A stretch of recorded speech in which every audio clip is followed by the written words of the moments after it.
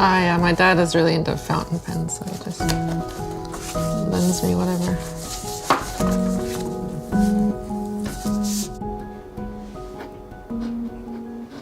Recently, I've been doing some language study. That's one of my hobbies. I learned a bit of Chinese when I was a kid, and then I ended up going to China many, many times for tournaments in recent years.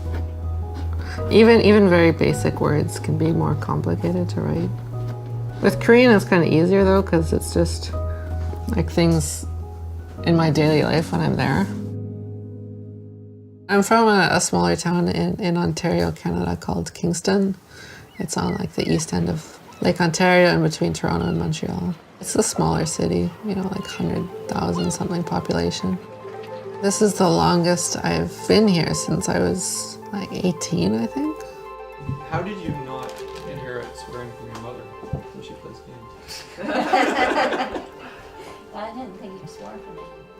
Yeah, it's a big change from the city life, because generally I would live in, you know, Seoul But I always like coming back to visit my family. Like my mom always really enjoys when I come home to visit, so. The computer was still in the public area then for a few years. Yeah. Okay, yeah, you're right. You didn't have it in your room.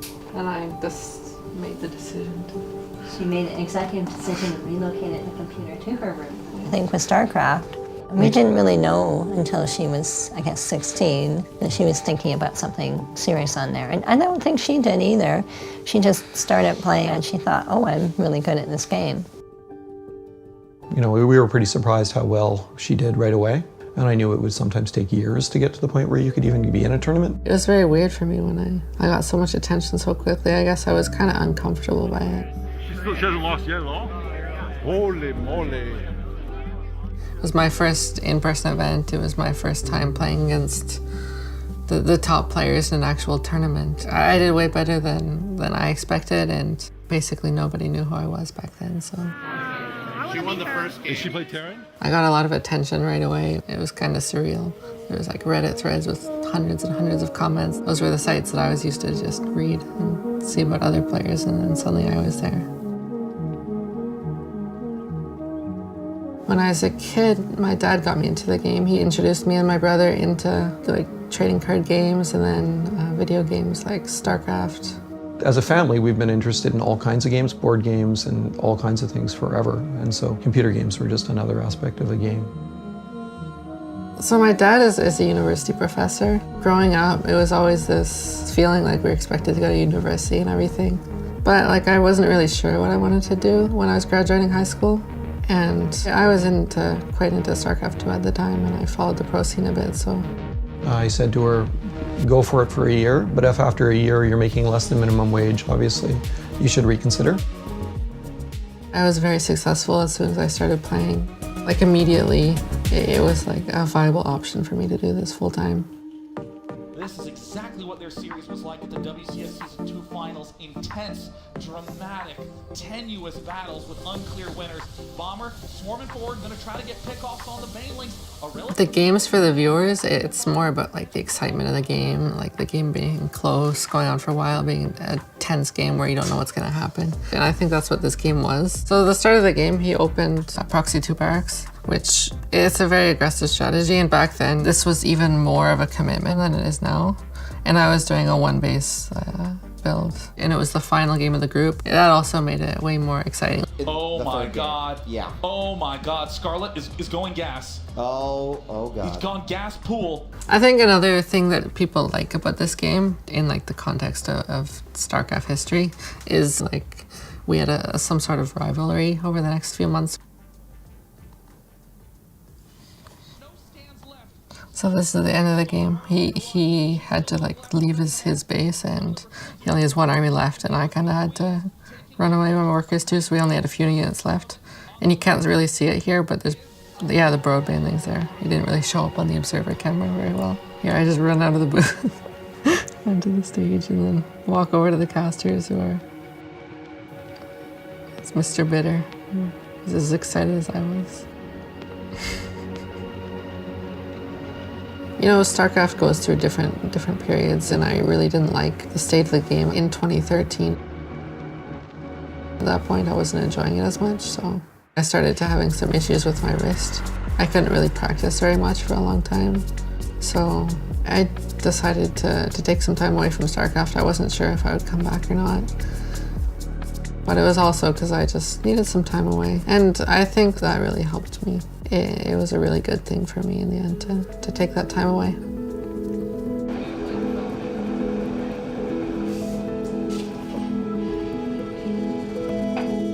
She's really easy to live with. She's just a pleasure to have around, other than her soy milk machine.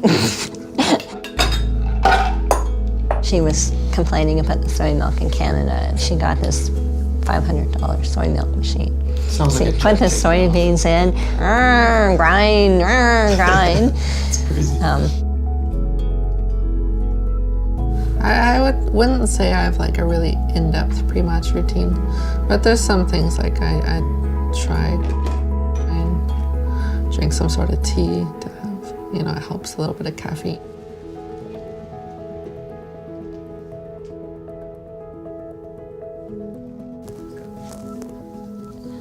Maybe walk us through.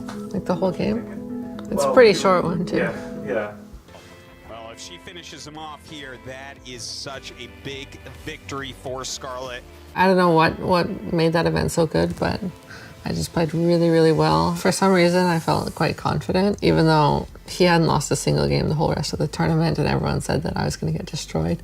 Now that will unpower the gateway. No more units would be able to be made. Confidence plays a really big part in how the games play out, and I just felt like I had a big upper hand by then. Because he made the mistake with a wall off down there, I got into his base. I was really happy when I won because I hadn't really won a major international tournament before then. Pyeongchang was the biggest win of my career so far. And this is when I run over to the trophy and lift it up.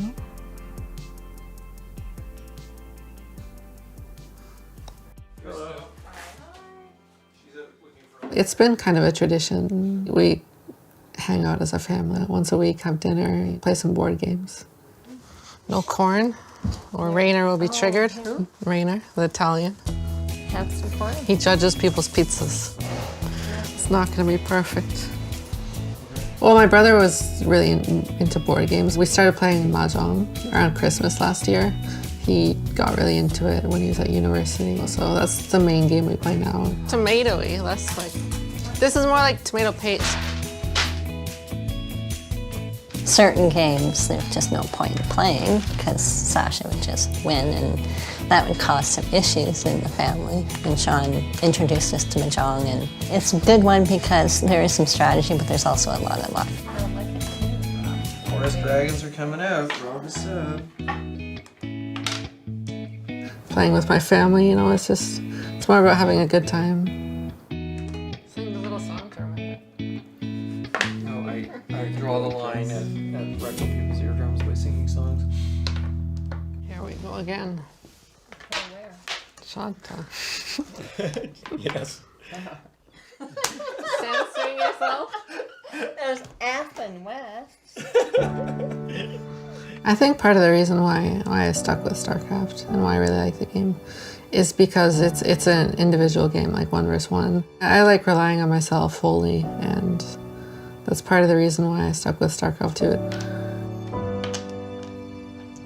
You know, I'm like, I have time to figure out what I want to do after. I'll do this as long as I can. I think the expectation originally was for me to go to university and everything immediately after high school, but my parents have kind of changed their perspective on that. Like, you know, some people do different things with their life, and that's okay.